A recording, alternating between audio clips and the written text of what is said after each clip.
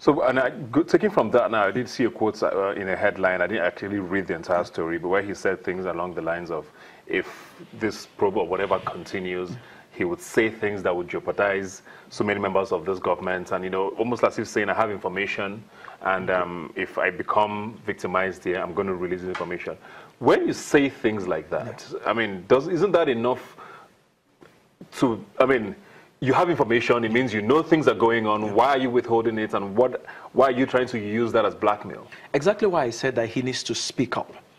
He doesn't need to wait until things get really bad for him. Now, he's hoping that he's going to slip through. So if he hopes that he will slip through, and he does, it means that several other people will be safe, and he's not going to let the cat out of the bag. Nobody will get hurt. He's simply saying, if you don't hurt me, I don't hurt you. But that's exactly why the system is where it is today. You need to speak up and don't wait for anybody to hurt you. If you don't have anything to hide as well, why are people coming up against you? So don't wait until somebody says, oh, this is what you have done. Let us know what is going wrong in the system. The thing that this government says he wants to do is to sanitize the system. And if they're going to sanitize the system, you're not going to sanitize the system by saying, if I don't get hurt, I won't talk. But when I get hurt, then I start spilling the beans. No, that's not how it works. So that's why we're not moving forward with this story. We expect him to speak up, actually. What does this say about President Buhari himself? Because, I mean, we've seen members of the Senate. I think they had a session, I think, sometime last week, where even members of the APC, who are members of the party of Mr. President, be very vehement about the fact that this is a terrible light that this government is being painted in. Is an embarrassment to the international community, how Nigeria suddenly is viewed as, you know, taking many steps backwards in the fight against corruption. What does this say about Mr. President in particular now? And are you happy with the way he's handled the entire thing? Is it enough to just say, I didn't know about it and move on? Unfortunately, we can't say that Mr. President is to be blamed for the entire thing. That's not disregarding the fact that the buck stops on his table. And I think that the good thing he has done, immediately this issue came to his attention, is to say that MENA should be dismissed with immediate effect. You'll understand or appreciate the fact that there are so many parastatals, there are so many ministries that the president has to oversee. And he's doing that through several ministers. Unfortunately, he will be blamed at the end of the day if those ministers don't do what they're supposed to do, because there's a minister in charge of that, there's the chief of staff, there's the head of service, and if they're not doing things the way they should be done, then we would expect that the president needs to fire them. Heads have to roll. I'm glad that he has actually come out to say that MENA should be dismissed immediately, not because we can prove he has done anything wrong, but at least to show that he's dissociating himself from any corrupt practice. However, it's not enough to say that MENA should be dismissed. What happens to whoever brought him back into the system? What happens to, did he actually steal the money? Where do we go from here? He has said that a probe should start, and then the Senate is also saying they want to probe him, but that's not where we should be right now. What we should be doing is to ensure that things like this don't even happen at all.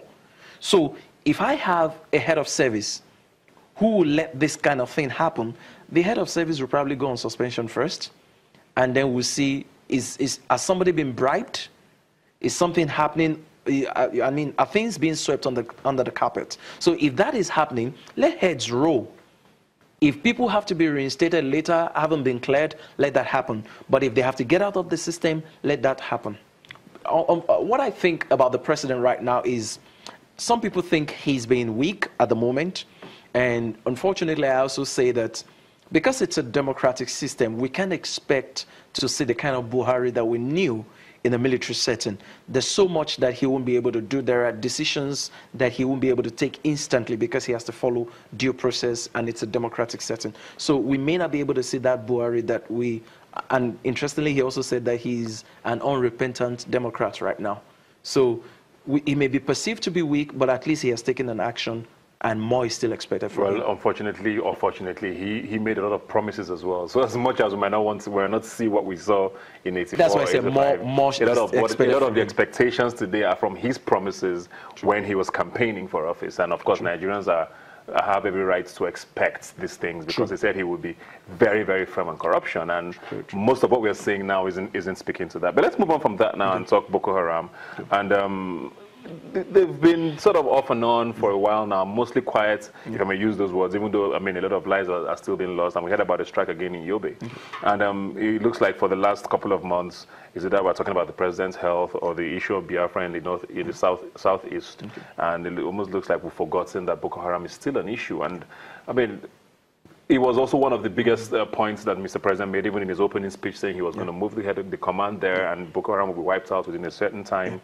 We're still hearing of attacks, and terrorism is still sort of rife in Nigeria, isn't it? Okay, now, we don't expect that Boko Haram will be crushed instantly. We already know that it's different from what we used to have. A few years ago, just barely 2 years, you knew that an attack was imminent virtually every weekend or almost every day. That has drastically reduced. What we will see right now is Boko Haram still trying to prove that they're still very much around. But the effect will not be as devastating as it used to be. I think that the military still has a lot of work to do. They still need a lot of resources. And when I'm talking about resources now, I'm not really talking about money. I'm now talking about gadgets. I'm talking about some information gathering, intel, and all of that to ensure that many of these things don't happen.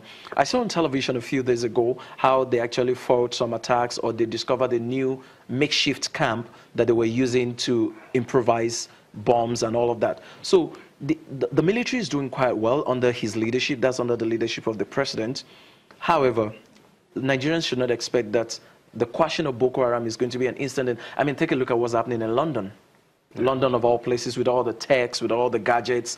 We still have people coming out and shooting sporadically. Hundreds of people still get killed. Now, that will be reduced. However, we may not totally quash it. That's what I think. So, but you think we're doing enough as it is at the moment? You think we have enough intel? Because, I mean, we're still hearing... These reports are not, like you said, not as frequent as they are, but we also find out, I mean, sometimes we hear about reports 2-3 days after they've happened. So it's almost as if things are happening, and we're not sure if it's that the news is being sort of hidden away from Nigerians, or it just so happens that intel is not strong enough anymore. Let me link the issue of Boko Haram to something. Years ago, when I was an intern in one of the national organizations that has now been privatized, we were to go on what they used to call cash drive in that organization, and we found out that the planning of the city was very poor. So it was very difficult for us to access some areas. And when it's difficult for you to access some areas, information would always be... Information would not spread fast. Then there will be issue. Even if you have information, to get into that area is a big deal. So the military has challenges accessing some areas. And then, you know, some areas, the issue of militancy in some other parts of the country, they go by water, they kidnap people by water, and off they've gone. So if you have... We have problem with town planning. If we don't address the town planning issue, we may still continue to have the Boko Haram issue because they are linked in one way or the other. All right. Thank you very much, Fola. We'll take a very quick break now and be right back. Please stay with us.